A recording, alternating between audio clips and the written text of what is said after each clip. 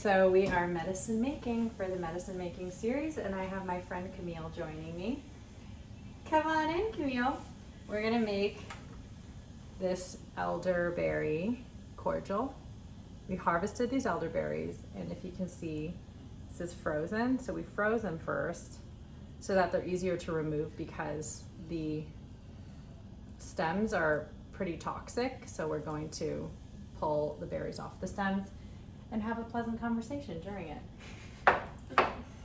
So, Camille is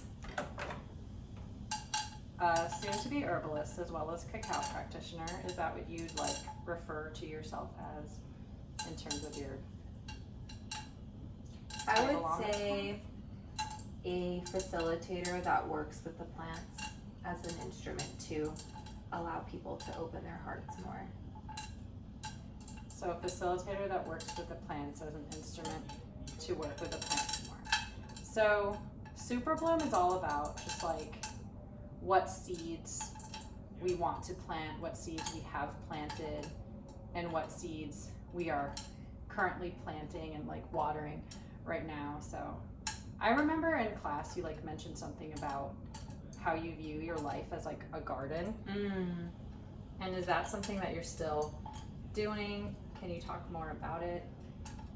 Oh, yeah. I mean, I think it's just a really beautiful revisualization versus a path, because a path can feel very destination oriented, and I tend to get very destination oriented.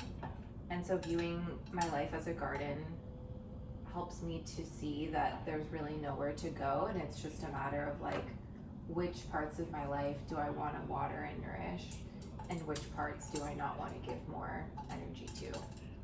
And so I feel like right now I'm in a stage of my life where I'm really just watering what brings me joy and not really focusing on productivity or outcome, but just trusting that having a season of my life where joy is my top priority will lead me to the next aligned thing.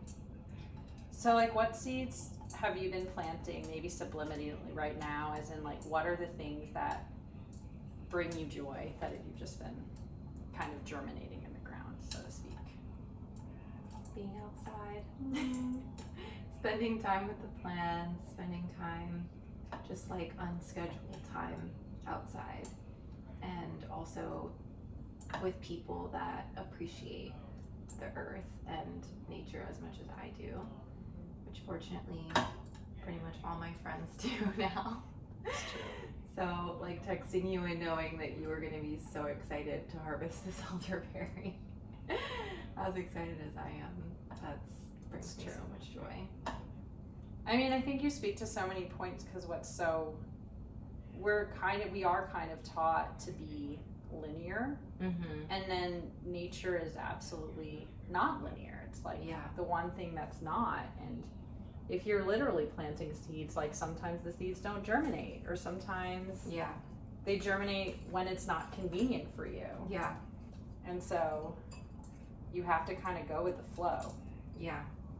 And just accepting that the process is endless. Like there's no finality. If you think of a garden, there's no finality. It's constantly shifting and going through different cycles, and that's just how organic growth happens. There isn't like a destination point to reach.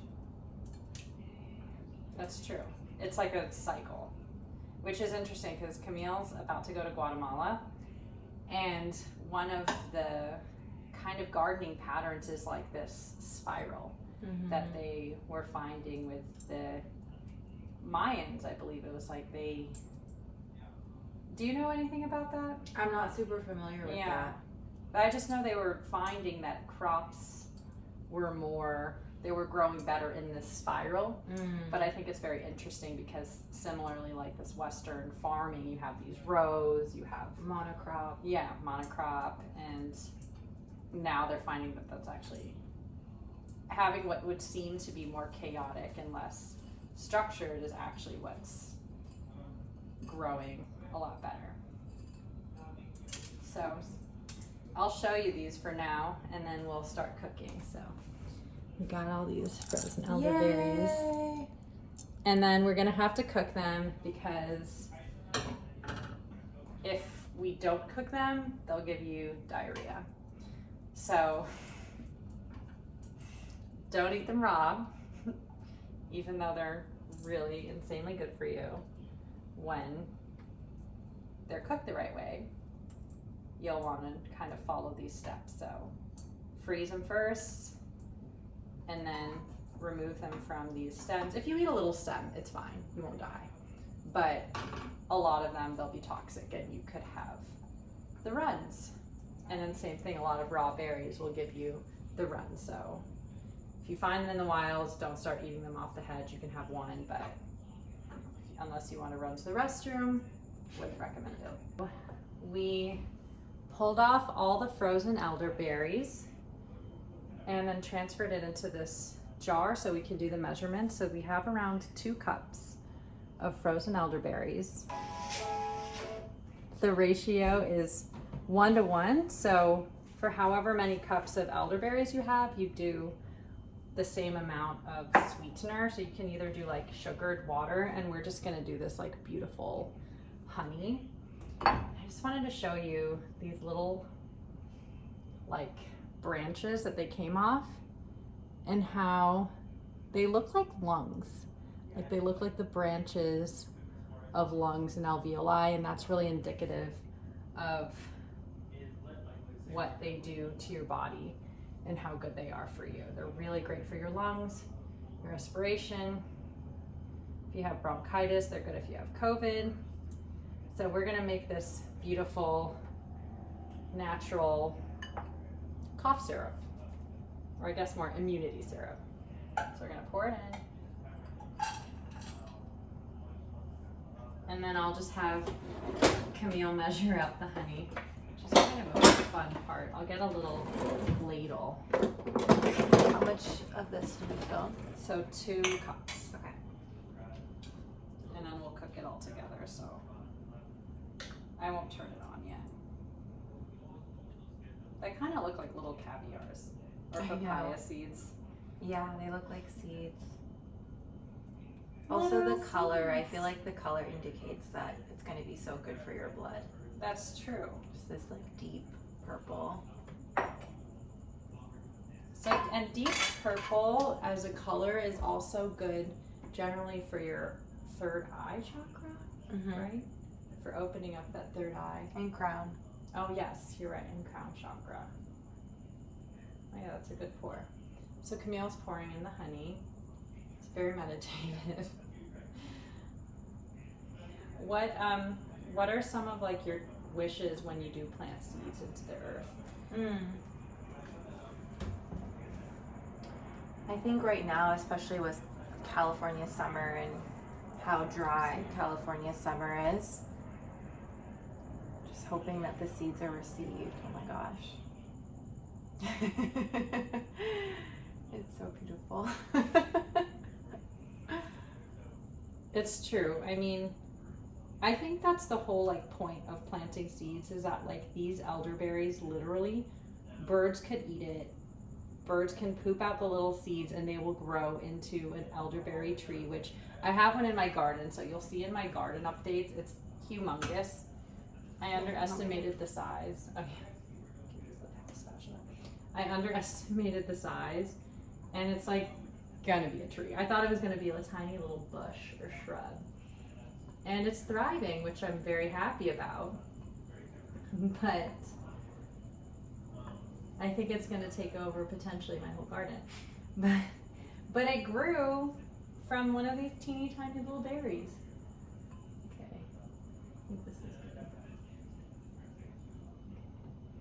So now we're just gonna cook it up on the stove for 15 minutes, and cooking this is what's gonna make the berries more digestible and not toxic, and kind of release their medicinal properties.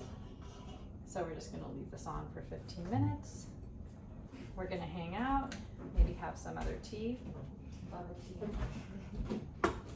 So as an option, if you wanted it to be more medicinal, you could add a little brandy or citric acid The smell is like this heavenly berry-like. It's like so sweet. It smells so good. But since we added honey to it, we were like earlier discussing, do we wanted to like add a little bit of brandy or vodka to seal it in, or citric acid. But we're happy with just the elderberry and just the honey. I think it'll be delicious. You could also add some lemon or a little cinnamon, but we're good with this. So during the 15 minutes of cooking, Camille and I just hung out. We chatted about life. I'm about to bring her to the airport to go to Guatemala, so she is gonna be out there. What seeds are you gonna plant in Guatemala? Well, I'll be going during the rainy season. So I think I'll plant, just hope for a beautiful harvest for the cacao forest, that all the plants continue to receive the rain, and that the forest is healthy. Those are good wishes. Those are good seeds. Well, because cacao right now is kind of having a hard time, right? Yeah, well, with climate change, the rains are happening at different times than they normally do, and they're also there's just not as much rain. So a lot of the cacao farms are struggling. But what's really interesting is the farms that are regenerative agroforestry farms are doing much better than the monocrop farms. So if we continue to buy cacao from farms that are using regenerative practices, it's better for the soil, and it also is leading to more healthy cacao. Camille is going to have a cacao brand that will be following all these practices, so I will link it later when she has it, because it hasn't come out yet. No. But I will link it later so you can actually purchase her cacao. And so here is the elderberry cordial. And what we were talking about earlier is how elder is a very special, do you want to do it? It's a very special plant because the Celtics believed that it was a portal to the fairy world. And when you do see these elder trees, and I'll take you outside and kind of show you like an elder tree, it does kind of look like this whimsical door to the portals. And I have a fairy door outside my underneath my elder tree, because how else will the fairies access you if they don't have a door? But I do think elder literally does feel like a door, and when you harvest from the elder, you actually have to ask for any god spirits or any of the fairies that guard these elder plants to kind of like go away. And you always have to ask the plant like permission, say, can I harvest you? I want to make a medicine with you. And then also with elder, ask for the spirits that are guarding the elder tree to kind of clear away for a second. So here we have, I mean, look at that. So gorgeous. It like really looks like cough syrup. And it's just all natural. So gorgeous. All healthy. We're literally gonna try it now, so hopefully we don't burn ourselves. And then all this like leftovers, I'm going to compost. Worms love elderberries, so I'm very excited to feed the babies with this. Cleaning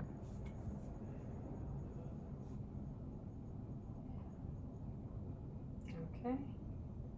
So we're just gonna sample. It might be hot, but you know it's worth it. Here we go.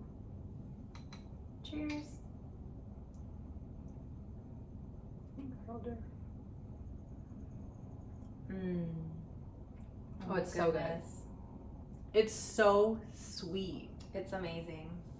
Like it just tastes like tinted honey. Yeah. But there's a lot of elderberries in there, and as you cook it, the honey extracts all the nutrient benefits. So I'm going to link more things of all the benefits, but it kind of can induce a little bit of a fever when you are sick, because it really rushes your immune system. So like, you know, when your immune system, when you get hot, it's because you're fighting off something. So not something to take daily, but yeah, if you're feeling an immune, like something coming on. It's so great. Oh, it's so good. Oh my gosh. I have a little bit of a cough and I'm like feeling it like soothe my throat and my lungs. So it's immediate. This is amazing. So on that note, I'm gonna take Camille to the airport. We're feeling good, we're feeling rested, and we're feeling immunity boosted. So cheers to that. Thanks for making elderberry, what's it called? Elderberry syrup with us. Elderberry syrup. Yay.